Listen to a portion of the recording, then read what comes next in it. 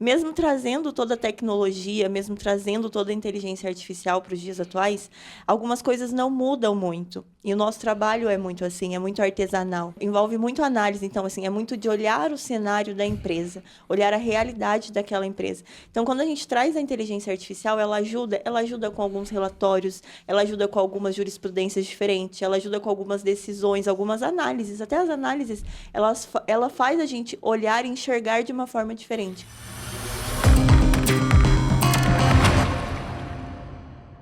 Vamos começar mais um bate-papo jurídico. Hoje eu estou aqui com o senhor Carlos Viana e com a senhora Fernanda Rodrigues. Eles que são advogados e sócios da empresa Carf7. E hoje a gente veio falar sobre planejamento tributário, sobre recuperação de crédito tributário. Enfim, tudo o que você precisa saber para não sofrer com o leão. Carlos, para quem não te conhece, se apresenta, por favor. Legal, Rafael. Muito obrigado pela oportunidade de estar aqui com você. Sou o Carlos Viana, sou advogado, como você comentou. Sou um dos sócios da Carf7. E lidero aqui a prática tributária, né, dentro da nossa empresa. Então, basicamente, a nossa expertise, né, ela envolve tributária, gestão financeira. E o meu background, basicamente, ele vem, né, das Big Four, né, fui sócio-diretor da KPMG aqui no Brasil. Certo. Então, toda a minha criação ali, formação jurídica e profissional se deu nesse ambiente, né, e hoje é a área que a gente explora aqui. Legal. E Fernanda, para quem não te conhece, se apresenta, por gentileza. Obrigada pelo convite, Rafa. Meu nome é Fernanda, sou formada em administração e em direito. Sou uma das sócias da Carf7 e a gente trabalha com consultoria empresarial.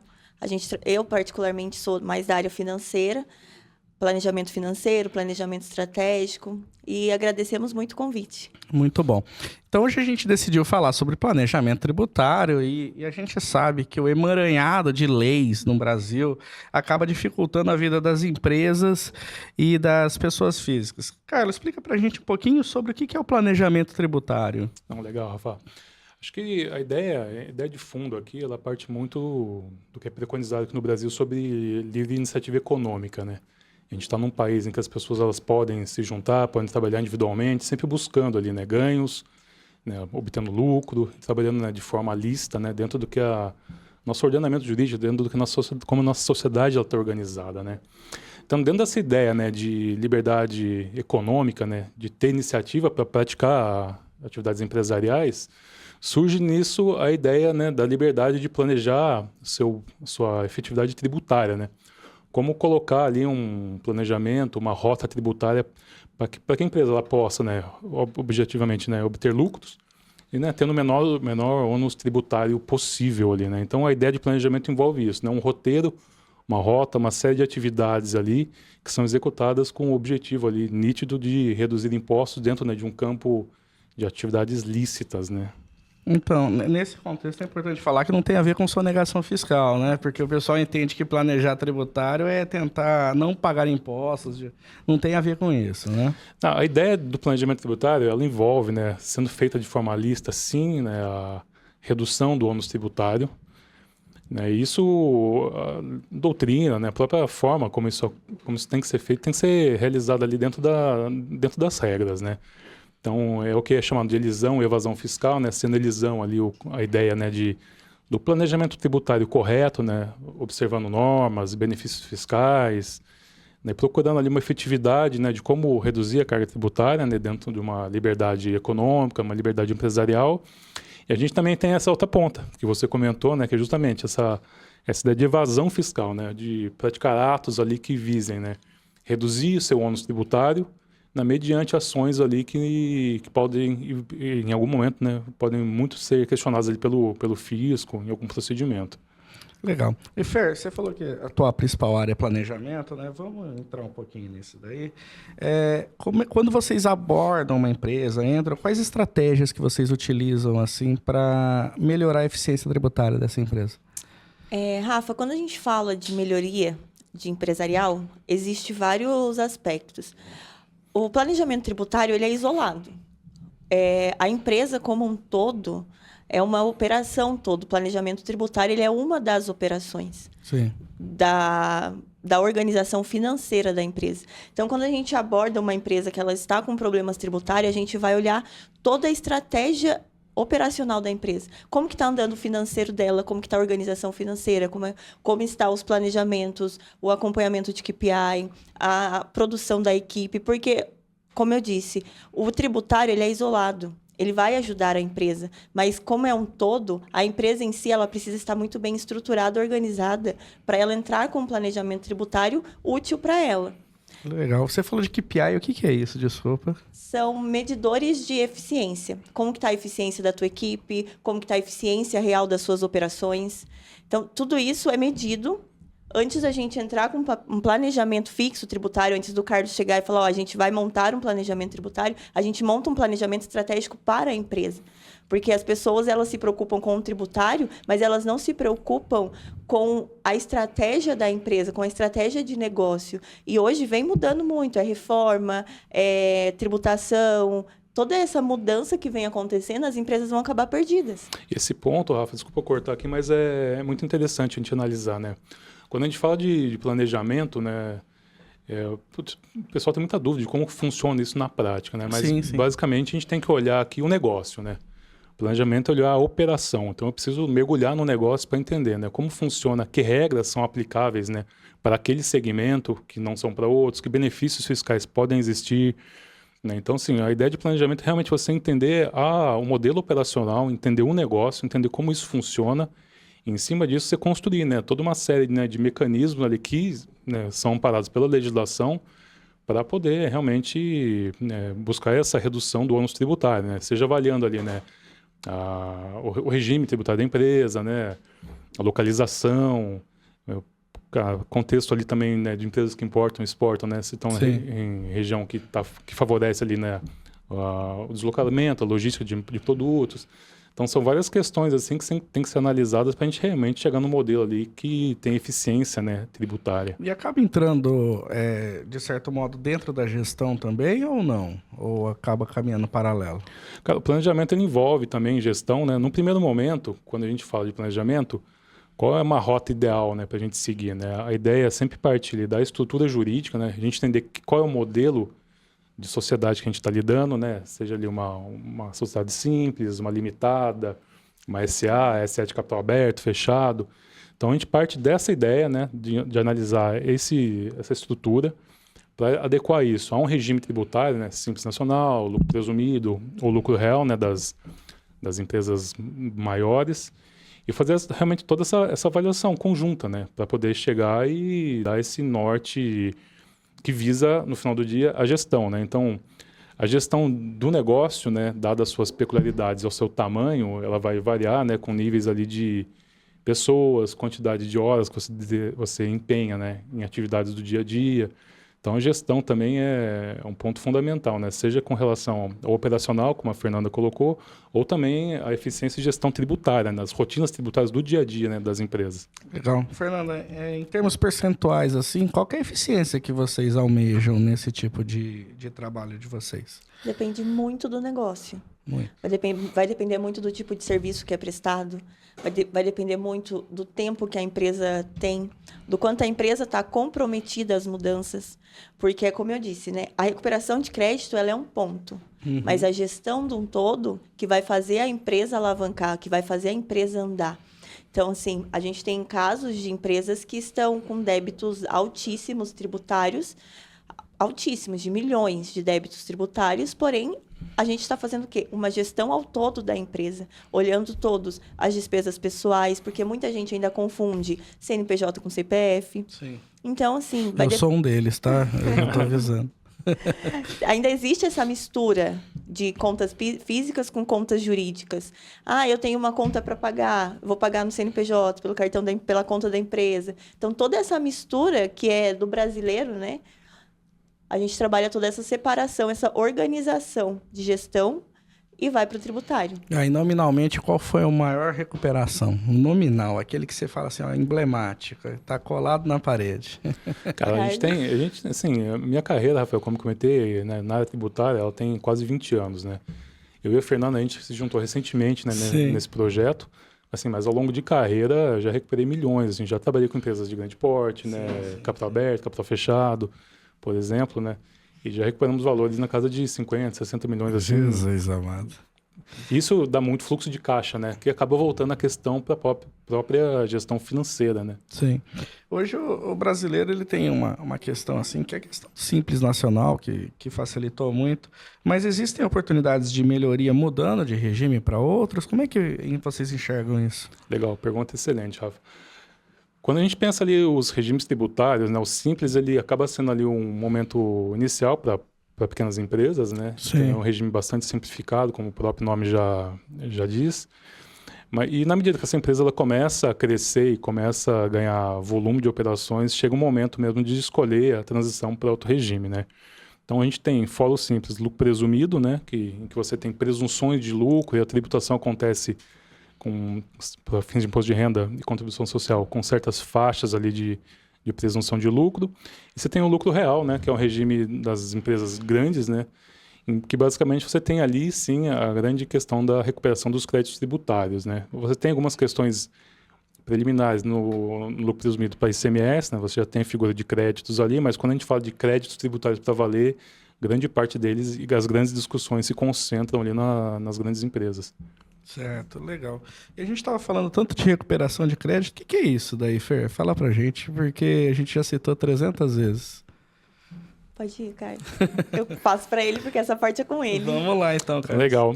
Então, dentro daquela ideia que eu comentei inicialmente, né, de um contexto em que a gente tem liberdade econômica e liberdade para fazer o nosso planejamento tributário, né, para dentro das regras, né, a gente busca ali melhor efetividade, menor ônus tributário, né, para a nossa operação, surge a questão ali da recuperação dos créditos, né? Como que acontece isso? Vou colocar de forma bastante simples aqui.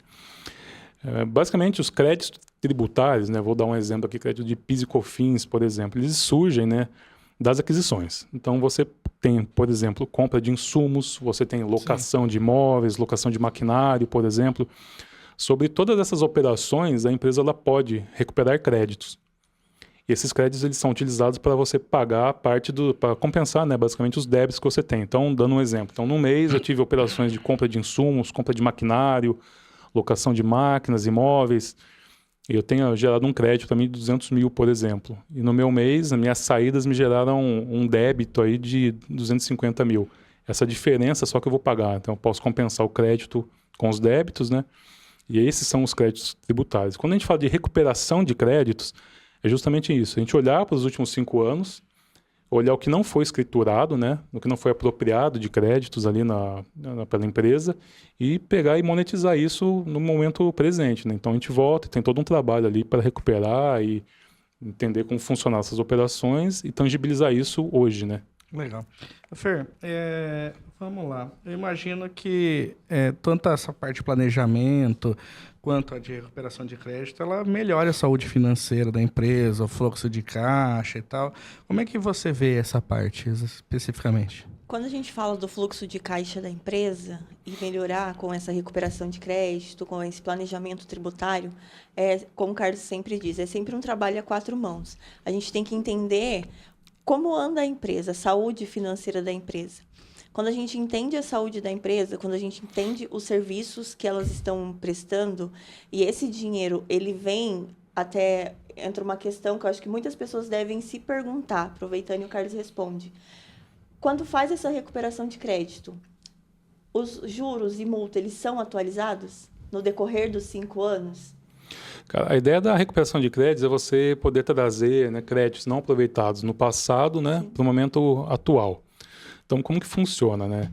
Tem alguns mecanismos de como os créditos são monetizados na prática. Sim. Então, você tem algumas alternativas. Uma delas é você pegar créditos não utilizados anteriormente e registrar contabilmente, registrar fiscalmente agora e utilizar sem, no caso, a figura, né, de atualização e correção. Ou você pode reabrir, o famoso reabrir períodos, né? Então, você pode voltar no passado, reabrir períodos, ajustar obrigações acessórias e aí sim, você atualiza os valores, né, no caso, por exemplo, PIS e COFINS, com a Selic da época. Então, você atualiza esses valores, né, e gera um crédito muito maior. Então, quando você pega períodos anteriores em que a Selic estava alta, né, então os créditos, eles praticamente sobem muito assim de valor, a depender da Selic acumulada do período, né? Legal. E com toda essa atualização de valores, projeção de caixa, controle e planejamento de caixa, a empresa ela consegue ter um fôlego para se planejar com o tempo. A gente tem que entender a situação da empresa, como no caso do nosso cliente que está com um débito bem grande. A gente está fazendo o levantamento dos últimos 5 anos e esse dinheiro pode ser que ajude a empresa a caminhar de uma forma diferente. Legal. Relação multas e, às vezes, parcelamentos. A gente sabe que as empresas, via de regra, acabam sofrendo algumas multas por conta de descumprimento de obrigações ou tem parcelamentos de débitos antigos. Esses créditos que são recuperados, eles podem ser utilizados nessa parte? Cara, uma empresa que está num cenário, né, de endividamento e está com algum parcelamento, ela está numa situação fragilizada em termos de caixa, né, por exemplo. Sim. E a operação dela continua. A ideia é que essa empresa, a atividade empresarial, tenha continuidade. Então, o que acontece, né? No dia a dia, eu tenho aquele débito para pagar, oriundo do parcelamento, né? Que tá rolando, né? Basicamente. Eu tenho as atividades do dia a dia. Então, esses créditos, eles são muito bem-vindos nesse cenário. Por quê, né? No momento de eu pagar ali a DARF no final do mês, eu posso utilizar parte do valor, né? Posso utilizar parte dos valores com base... Posso reduzir, né, o valor com base em créditos que eu levantei no período, né? Então, ele tem o famoso efeito caixa, né? Sim. Isso é registrado de forma imediata ali na empresa e ao invés de pagar 100, eu, sei lá, por exemplo, pago 70 mil ali de tributos no período. Então, dá um fôlego bastante grande ali para o empresário que não só, né, que está numa situação de parcelamento, mas que realmente está buscando a efetividade ali da operação, né? Legal. E hoje o Brasil ele vive uma sopa de letrinhas tributárias, né? Então fica até difícil a gente lembrar de todos. Mas hoje quais são os principais exemplos que a gente consegue recuperar e trazer dinheiro para dentro da empresa através desse trabalho? Olha, grandes exemplos aqui a gente tem de PIS, COFINS, ICMS e IPI. Quando a gente fala de créditos tributários, né? Eu não vou entrar aqui no detalhe do que é um regime não cumulativo, né? Uhum. É um assunto muito técnico aqui, mas basicamente os grandes tributos, né, que geram essa possibilidade de recuperar crédito, né, dessa forma que eu acabei de colocar, né, por compras e aquisições, são o PIS, COFINS, ICMS e IPI. Então, são tributos já, né, legislados há muito tempo, né? Então a gente tem bastante jurisprudência, a gente tem muito pano de fundo ali de forma administrativa, né? Em termos de CARF, no próprio judiciário, né? Dando todo um norteamento ali para a forma, né, como as empresas devem, né, no mundo ideal ali, observar, né, a recuperação e manutenção, né, dos créditos do dia a dia. Legal. E Fer, imagino que você tem ali uma parte de responsabilidade a respeito da auditoria, né? Como é que funciona auditar tudo isso aí, a empresa, todos os processos, entrar no planejamento, entrar na recuperação? Como é que é isso daí? Primeiro a gente desenha toda a operação da empresa e listas e faz uma lista, conforme a receita, conforme a legislação pede, dos principais obrigações que precisam ser entregues ali. E aí a gente começa com o caixa da empresa. Como funciona o caixa, como funciona a precificação, como funciona a contratação. E aí a gente vai trabalhando como se fosse um direito preventivo para a empresa.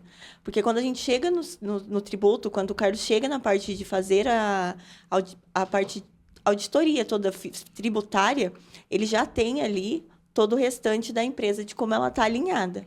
Porque não é, como a gente costuma dizer, né? Não é só a questão tributária que precisa ser organizada. Questões trabalhistas, questões contábeis. É muito confundido as questões contábeis com as questões tributárias. Então, tudo isso a gente faz um checklist ali, auditando área por área, funcionário por funcionário, precificação por precificação, contrato por contrato.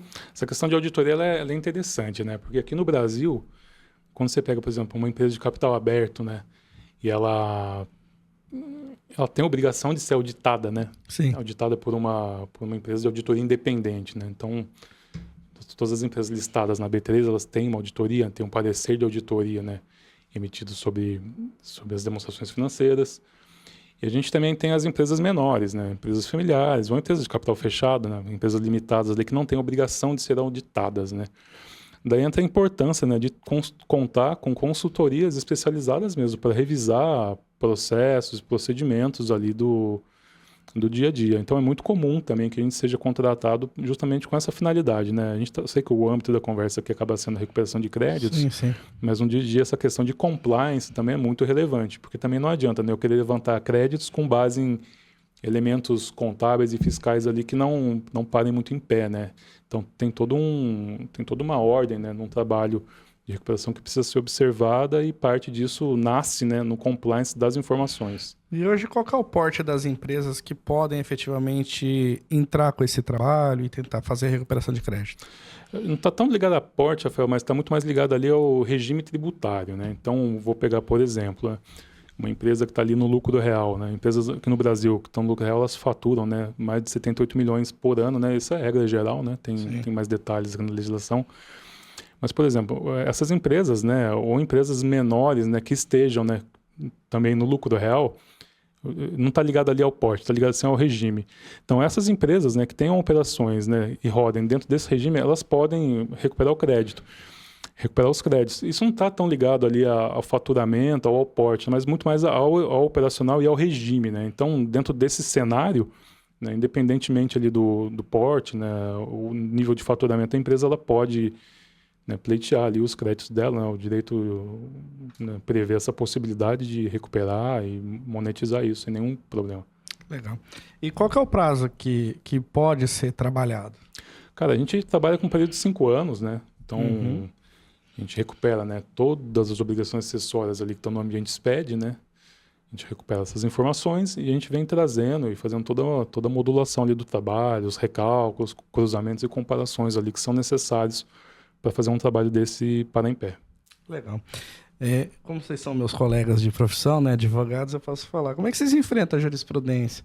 Porque a legislação já é um caos, né? A gente sabe que é difícil, né, lidar com tantas leis abordando as mesmas coisas, as obrigações acessórias, tudo que vem, e ainda a gente tem que lidar com as interpretações dos tribunais.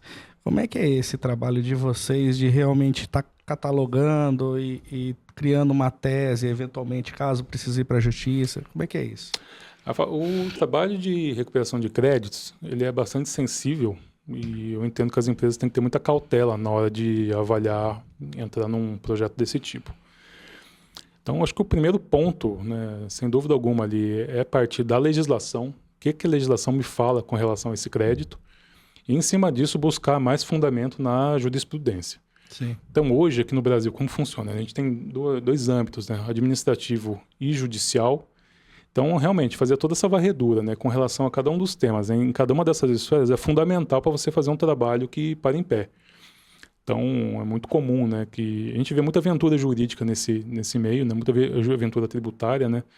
Então, quem está eventualmente cogitando a possibilidade de fazer um trabalho de recuperação de créditos, né, avaliar isso, tem que ver isso com muita cautela, né? Então, sim, escolher muito bem um prestador de serviço que vai fazer esse trabalho com essa metodologia, né, avaliando não só números contábeis e fiscais, né, mas também te dando todo o aparato ali da jurisprudência, entendendo como isso funciona, né, em âmbito de CARF, por exemplo, como o judiciário se posiciona, né? Muitas vezes existe ali divergência, né, entre essas esferas aí, e ter essa transparência e mostrar isso, né, para o cliente é fundamental num trabalho desse tipo. Legal. Eu lembro que você tem um passado ali de startup, né? E vamos lá. Nossa! Resgatou. Ainda lembro, resgatei, essa é antiga. Como é que você vê, então, a utilização de software, inteligência artificial, né, para trabalhar com grandes dados, né? O volume de dados que vocês têm são gigantes, né? A gente está falando de 5 anos de grandes incorporações e tal. Big Data. Como é que você vê isso daí no trabalho de vocês? Olha, a gente usa muito a inteligência artificial, o tempo todo, diversos softwares estão saindo, diversos programas, mas eu ainda gosto, apesar de ter um passado de startup, estudar, fazer bastante coisas. Nossa, Rafa, eu não lembrava disso. Eu lembro. E apesar de tudo isso, a gente ainda gosta muito eu particularmente, gosto muito do Excel. Gosto muito de planilhar, gosto muito de olhar os dados. A gente faz, eu faço, ele confere. Mesmo trazendo toda a tecnologia, mesmo trazendo toda a inteligência artificial para os dias atuais, algumas coisas não mudam muito. E o nosso trabalho é muito assim, é muito artesanal. É muito de olhar Envolve a análise, empresa. né? Envolve muito análise, então, assim, é muito de olhar o cenário da empresa, olhar a realidade daquela empresa. Então, quando a gente traz a inteligência artificial, ela ajuda com alguns relatórios, ela ajuda com algumas jurisprudências diferentes, ela ajuda com algumas decisões, algumas análises. Até as análises, ela faz a gente olhar e enxergar de uma forma diferente. Mas a gente não para de olhar, não deixa de olhar a legislação, não deixa de olhar o cenário da empresa, não deixa de ver o que a empresa realmente precisa. Até porque tem um ponto, né, bastante interessante nisso, né? Hoje não tem como a gente fazer um trabalho desse tipo, né, à mão, né? Então, assim, realmente a gente necessita de ferramentas ali para extrair as informações, né, de dentro de uma FD fiscal, uma FD contribuições, uma ECD, uma ICF. A gente precisa realmente de uma base de software muito robusta para extrair, criar, sanear os dados, para então poder utilizar, né, nas atividades do dia a dia. É muito interessante isso, né? Porque hoje a gente vive esse movimento da super receita federal, né? Uma receita que é extremamente parada, né, em nível tecnológico, né? Tem um nível de detalhe e cruzamento de informações muito grandes, né? Então, é engraçado, porque isso aí nasce lá em 2007, né? No primeiro PAC, né, do governo Lula. Então, ele chegou no momento, lá nos anos 2000, né, de dar todo esse punch na Receita Federal, investir em tecnologia, colocar dinheiro. E hoje a gente tem esse cenário, né, de um modelo, né, tributário totalmente ali tecnológico. A gente não tem mais obrigações em papel, né, como a gente tinha, né, há muitos anos, né? Você deve lembrar também. Sim, sim. Tô vendo o cabelo branco aí, né, Rafa? Então, a gente tinha nota fiscal... Vai entregar na cidade, Carlos. Nota fiscal em papel, né? Então, a gente saiu desse modelo lá em 2007, 2008...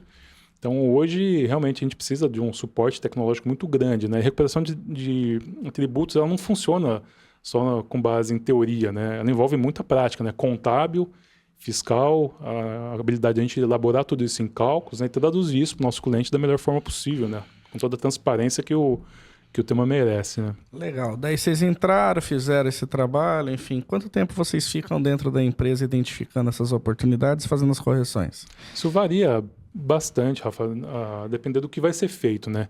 Você pode levantar os créditos, escriturar e registrar agora, você pode voltar, reabrir períodos, mas um trabalho bem feito desse aí demora na base de uns 2, 3 meses, assim, de cabo a rabo, sabe? Entre pegar a lista de documentos, mandar para o cliente e, de repente, entregar o relatório final ali, ou as reuniões finais, né? Mas, via de regra, nesse período a gente consegue fazer um trabalho com extrema qualidade, um entregável muito robusto ali para suportar futuros questionamentos da Receita ali, né? Caso exista em algum momento. E com relação aos benefícios de longo prazo, Fer, vocês entraram, fizeram esse trabalho, entregaram, né? Ele conseguiu ali resgatar os seus créditos que tinha direito dos últimos 5 anos. E dali para frente, o que ele pode esperar desse trabalho que foi feito? Geralmente, quando a gente pega um cliente assim, os próximos meses, eles nos contratam para continuar a consultoria, porque daí a gente já entra nos planejamentos da empresa. Uhum. E aí, quando o Carlos continua essa consultoria, ele acompanha muito de perto a contabilidade para não ocorrer mais erros, para não ocorrer mais declarações indevidas, pagamentos indevidos, juros, atrasos de DARFs. Então, tudo isso a gente continua acompanhando. Quando ele fala um trabalho de 3 meses, é um trabalho de 3 meses da recuperação, do relatório, de toda a entrega. Mas o trabalho da consultoria, que a gente continua com a empresa, geralmente é de 6 meses a 9 meses, né, Carlos? Por quê? Porque a gente continua acompanhando a empresa. Ele fica andando de bicicleta com rodinha até vocês tirarem a rodinha, né? E a ideia é essa, né? Porque quando a gente volta, né, e faz um trabalho de recuperação, ele é muito interessante, né? Porque você recupera situações, né, que por algum motivo, né, não foram, né, monetizadas no período correto, né? Mas você também tem a possibilidade de ajustar o procedimento do momento atual para frente, né? Os futuros, né? Então, assim, você ganha um fôlego de caixa com relação ao que você recuperou, mas você também pega essas mesmas situações, né, que você não se apropriou à época e coloca isso na esteira daqui para frente. Em tempo real. Então, ele é um trabalho que acaba tendo um efeito futuro também, na medida em que você corrige, né, algum parâmetro de sistema, corrige algum input ali que de repente está passando despercebido pela área fiscal, e você também corrige futuramente as operações. Então, ele é bastante interessante por isso, né? Gera fluxo com relação ao que passou e ajusta daqui para frente benefício contínuo. Futuro. Sim, sim. E você chegou a mencionar em passant aí a questão do risco, né, de autuação. Quais são os riscos implícitos, né, que existe nesse trabalho que é feito? Tem uma frase muito interessante do Pedro Malan que fala o seguinte, né, que no Brasil até o passado é incerto. Uma frase famosíssima aí. Sim.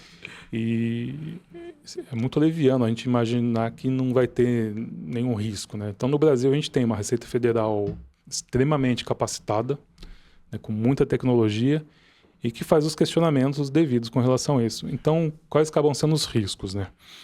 Então, número 1, primeiro risco, grande risco que a gente acaba tendo é um próprio risco de como o trabalho se desenhou com relação aos temas que foram levantados. Então, por isso que eu comentei também, né? Muito importante que quem esteja no empresário ali, que esteja planejando fazer um trabalho do tipo, uma avaliação dessas, ele se preocupe muito, né, com o que está sendo oferecido para ele, né? O que estão colocando na mesa como oportunidades.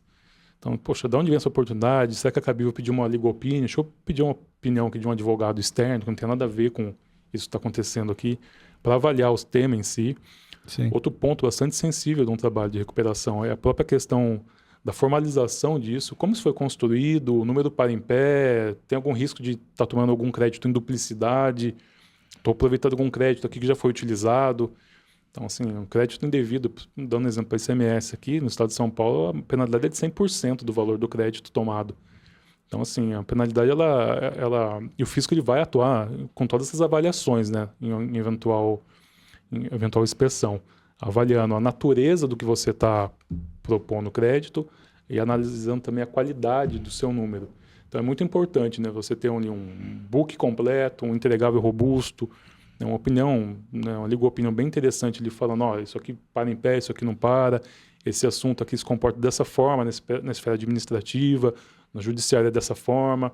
Então, realmente para dar ali para a empresa ali todo o aparato com relação ao tema, né? Legal.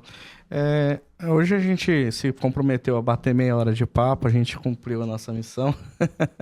Eu agradeço muito a participação de vocês por terem vindo, ter doado o tempo de vocês para ensinar um pouquinho para a gente. E eu vou abrir o microfone para vocês se despedirem. Fernanda, por você primeiro.